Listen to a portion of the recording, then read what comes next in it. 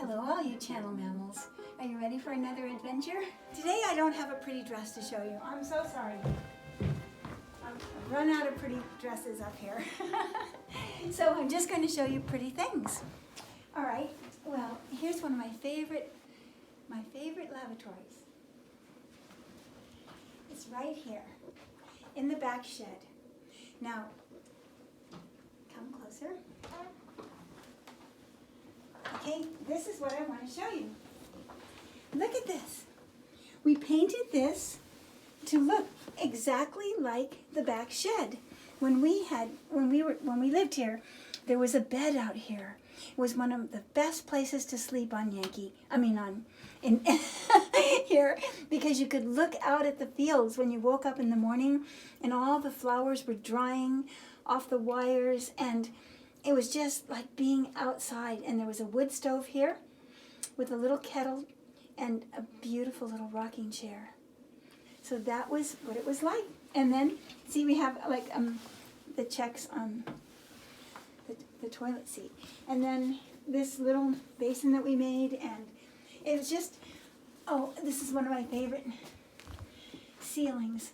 When you just look here, it's just with leftover parts of wood and pegs peering through up here. See this little peg coming through from holding the walls together. I love this little ceiling. And oh, look at the door frame come from this side. Isn't this beautiful? It's all tile. It's our tile that we made into a door frame. So let me close the door.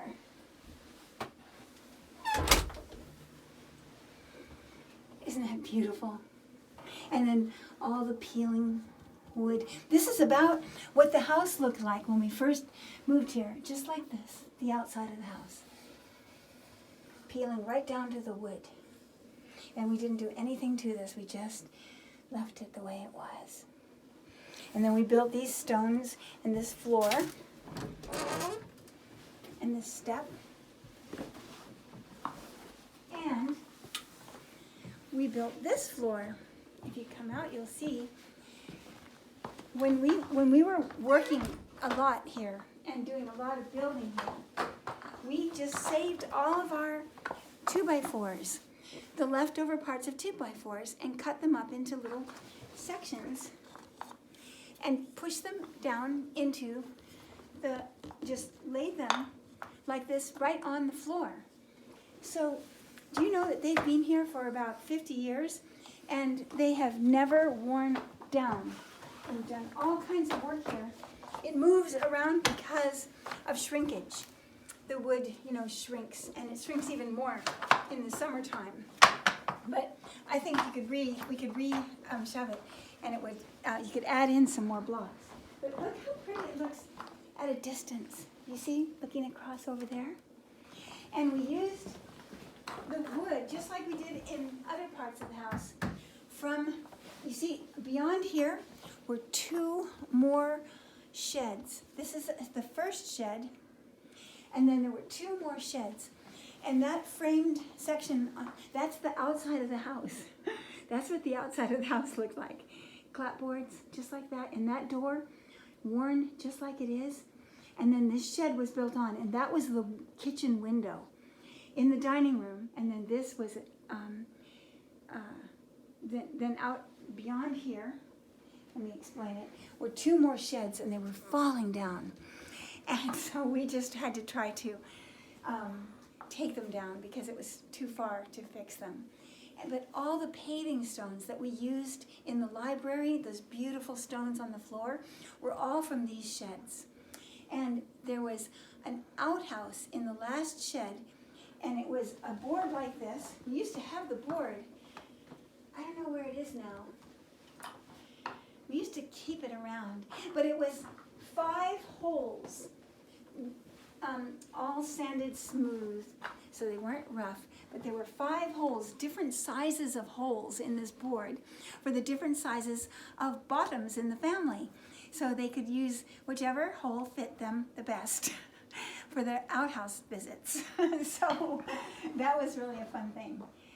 Okay, so this is enough of the black shed the way it is now. We put, we put these shelves and we made this basin that was here. I don't think it was here. I think we put this here and used it for everything.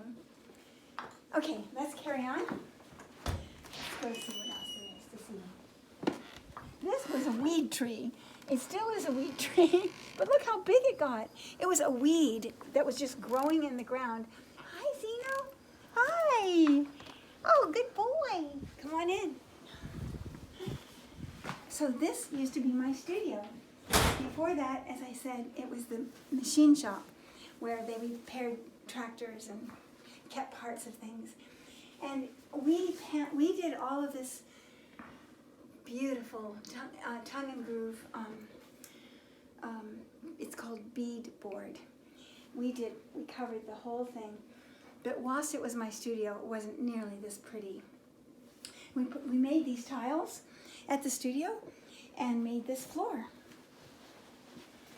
everywhere. And we built this little head in here, this little bathroom.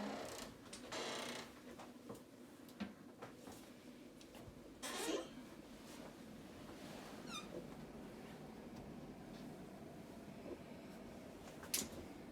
But so I was working in here. It was just cold and sad. But now it even has little bunk beds for extra friends to stay. And this beautiful little cupboard. This little cupboard we built in here also. And all these shelves and hooks everywhere. All along there are hooks. Now, I can tell you a story. We're sitting in my studio here, but it has to start from before that. It has to start from when we lived in England. Heather loved all the things she was learning there. She loved it there. It was a perfect place for a little girl to grow up. And then when we came back here, it was a little lonely because she wasn't living in a village. She was living out in the fields. And we were always busy working, trying to find our way and trying to make our way. And so one day, Heather went out to get the post from the post box at the end of the lane here. And at the time, it was so different. It was only dirt. Everything was just really rough and dirty and dirt. And so she went out there and she came back with a package that was made for her. And so she asked if she could open it, and I said yes. And it was a gift that was sent to her from an aunt. And it said, she opened it up, and it said, Life at the Royal Ballet School. And Heather was so enthralled with this book. It was one of the first books in a series of books that had been made for little girls, like Life as an Equestrian, Life as a gymnast, different ways, that little girls could have a life. It was kind of the beginning of girls starting to see different possibilities. And so this one was Life at the Royal Ballet School. And so Heather used to go out into the tall grasses in the back field and practice playing her recorder. She loved playing the recorder, and she had a beautiful recorder, a really good wooden recorder. And so she would just do this beautiful work, and it was a descant recorder, so it was a little warmer warble than the little tinny or the little plasticky ones that they learn on in school. So it was beautiful music. It always felt like there were fairies out there playing in the wilderness. But she would also take her lesson books, her for reading the lesson every morning, and she would also take her book, The Life at the Royal Ballet School, and she must have read that book 5 times, and she was just more and more living in this imagination she had of life at the Royal Ballet School. One day, out of the blue, she came up to me and she said, Mummy, that's what our grandchildren call us, more and more far. So no, Mummy, she said, I would like to go to school at the Royal Ballet School. my heart just sank because Heather had never asked for anything. She never cried. She was the perfect child. She never had any needs. She always just saw possibilities in everything. She was so free and just, I don't know, she was the perfect child for us. And just always content and always seriously working in a way too. Everything she did was work and ideas coming about. Well, when she said that, I just thought, oh no. All these years, we didn't have lesson money for her to take piano lessons. So what we did have is money to buy a little books that she could write in, like an empty journal. And she used to keep a journal, which was a great exercise because she learned to write beautifully. Her writing is a treasure. From when she was 5 and 6 years old, she could write beautifully. Well, so that was all she had. And then I said, oh, darling, I don't know how we'd ever get you to the Royal Ballet School. And so she said, well, I think I can I can find a way. And so we looked into the whole program, and Heather started to take lessons from a girl in Ithaca. And this wonderful girl was such an example to Heather. And then she would practice at the end of the bar of the end of her bed every morning, early in the morning, until she had a pristine understanding of every line and detail of the shapes that she was making with her legs and her body. And Heather really understood that. She just had such a sense of this wonderful beauty and movement. And I was so happy for her to love to dance because it kind of kept her from the less rich childhood that children who didn't have a mission like that had. And she went past all of the self-centeredness and just was working on an idea. And it was wonderful.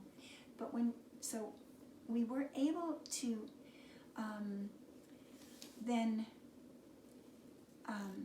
we were able to get her over to England.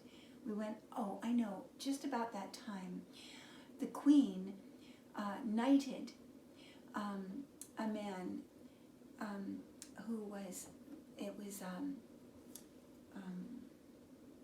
what was the Airways? He started an Airways called, I want to say Lager or Logan. Anyway, it was an Airways that flew from Britain to America for $50. And so it was possible to go to England. So we went there when it was time for the audition, after Heather had worked all year to go to try this audition at the Royal Ballet School. And when she got there, we stayed with our dear friends that we knew from church there. And Heather was so excited to go for the audition at the Royal Ballet School. So I took her there one cold, damp morning, typical London weather. And Heather didn't feel the weather. She was just on top of the world. And we went inside, and it was very cold and dank in the building too. Also very typical of London still in those times. And they came into this big room where we were waiting with other people, other parents and children. And I'd never really been around other children and other parents before. And so they said, all right, we'll be taking your children off to do some exercises, and then they will proceed with their auditioning program. And they said, please take a seat, and we will come and report to you when we know the outcome of the auditions. And so I sat down, and all of a sudden, for the first time in my life, I felt worried for Heather. Always before, I never did. She just was complete. But suddenly I felt this terrible feeling of worry, and also worry that she wouldn't make it. And I never thought that before. It never even mattered whether she made it or not to me before. But all of a sudden, I guess I felt this atmosphere around me of competition. And I was just frozen with it. I was so, I don't know, there was something that was really hard for me to overcome. Well, after waiting for what seemed like forever, a stout man came into the room with it wasn't, I'm sure, but it felt like he had a scroll that he opened, and he said, and I'm here to tell you who is going to be moving on to the second phase of the audition exercises, and who will be dismissed to leave the campus. And so if your child's name is read, it means that they are invited to join in eating lunch at the canteen right here in the Royal Ballet School. And if their name is not read, you must fetch your child and quickly remove yourself. I don't know if he said it that way, but it certainly sounded that way to me.